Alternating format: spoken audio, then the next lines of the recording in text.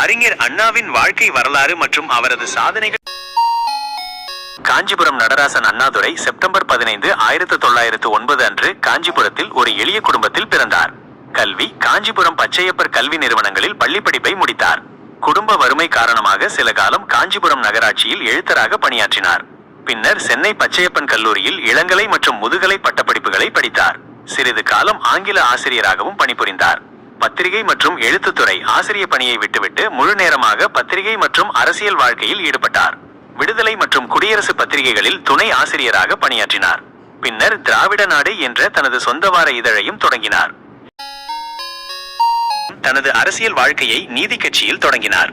பின்னர் பெரியார் ஈவே ராமசாமியுடன் இணைந்து திராவிடர் கழகத்தில் முக்கிய தலைவராக செயல்பட்டார்.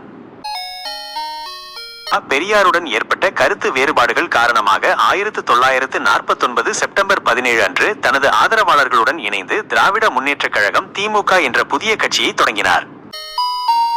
1967 ஆண்டு நடந்த சட்டமன்ற தேர்தலில் திமுக மிகப்பெரிய வெற்றி பெற்று ஆட்சியை பிடித்தது. இதையடுத்து மெட்ராஸ் மாநிலத்தின் முதலமைச்சராக பொறுப்பேற்றார். மெட்ராஸ் மாநிலத்திற்கு தமிழ்நாடு என பெயர் சூட்டுதல், அண்ணா முதலமைச்சராக பொறுப்பேற்றதும் மெட்ராஸ் மாநிலத்தை தமிழ்நாடு என்று பெயர் மாற்றும் தீர்மானத்தை நிறைவேற்றினார். இது அவரது முக்கிய சாதனைகளில் ஒன்றாகும். சுயமரியாதை திருமணங்கள்: சாதி வேறுபாடுகளை கடந்து நடைபெறும் சுயமரியாதை திருமணங்களுக்கு சட்ட அங்கீகாரம் அளித்து சீர்திருத்தங்களை மேற்கொண்டார்.